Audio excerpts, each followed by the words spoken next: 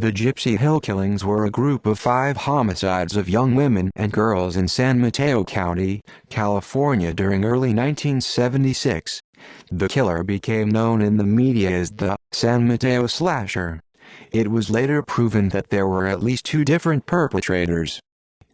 Killings on January 8, 1976. The body of 18-year-old Veronica Cascio was discovered in a creek on the grounds of the Sharp Park Golf Course in Pacifica. She had been stabbed 30 times.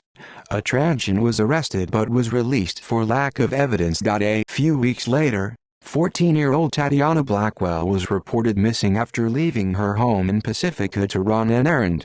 A body, later identified as hers, was discovered off Sharp Park Road in the Gypsy Hills section of the city on June 6. She had also been stabbed multiple times. Paula Baxter, 17 years old, went missing on Wednesday evening, February 4, after finishing a play rehearsal on the Capuchino High School campus, leaving her mired car behind. Her nude body was found on February 6 in Millbury behind the Church of Jesus Christ of Latter-day Saints on Ludeman Lane. She had been stabbed 4 times, sexually assaulted, and hit on the head with a piece of concrete. Her killing was forensically linked to Cascio's. On April 1, 19-year-old Denise Lamp of Broadmoor was found dead after a search in the parking lot of the Saramonte Center. She had been stabbed 20 times. Carol Booth, 26, was reported missing by her husband on March 15, and was discovered in a shallow grave near Colma Creek on Grand Avenue in South San Francisco on May 6. Victims. The 5 victims were Veronica, Ronnie Cascio, Tatiana Marie, Tanya Blackwell, Paula Louise Baxter, Carol Lee Booth, Denise Lamp. Possible victims. Michelle Mitchell, 19, was last seen alive in Reno, Nevada on February 24, 1976 when her Volkswagen Beetle broke down at the intersection of 9th Street and Evans Avenue. Witnesses reported seeing someone help push her vehicle into the parking lot across from the UNR Agricultural Building on Evans Street. Her body was discovered that evening in a garage on East 9th Street with her hands bound and her throat slashed. 3 years later, Kathy Woods, a mental patient at the Louisiana State University Medical Center, confessed to having murdered a woman named Michelle. Woods was charged and convicted of murdering Michelle Mitchell.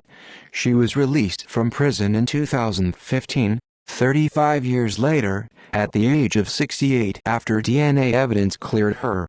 Kathy Woods is the longest ever wrongfully imprisoned woman in U.S. history.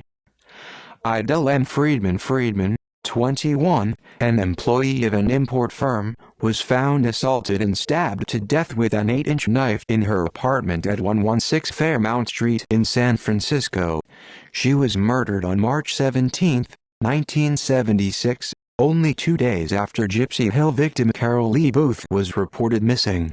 Friedman's nude body was lying on the kitchen floor of her ransacked apartment.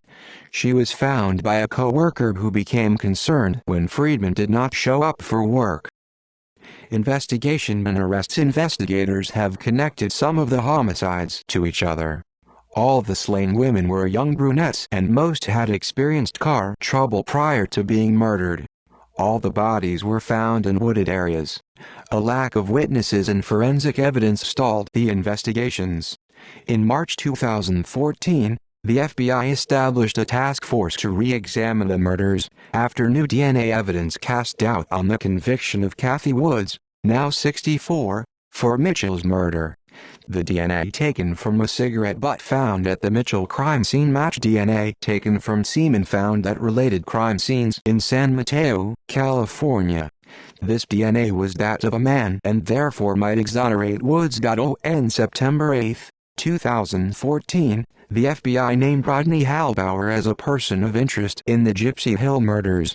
Woods was released from prison on September 11 pending a new trial to take place on July 13, 2015.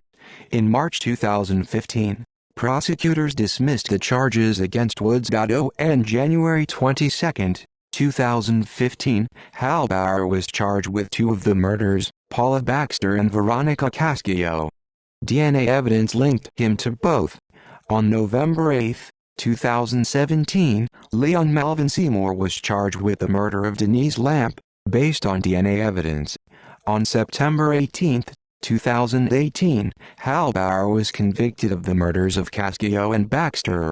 Finally, on October 10, 2018, Halbauer was sentenced to 2 consecutive life sentences without the possibility of parole for the murders of Cascio and Baxter. Halbauer will most likely face a trial in Nevada for the murder of Michelle Mitchell in the near future. The murders of Tanya Blackwell and Carol Lee Booth are both believed to have been committed by Rodney Halbauer, but there was not enough evidence to charge him for their deaths.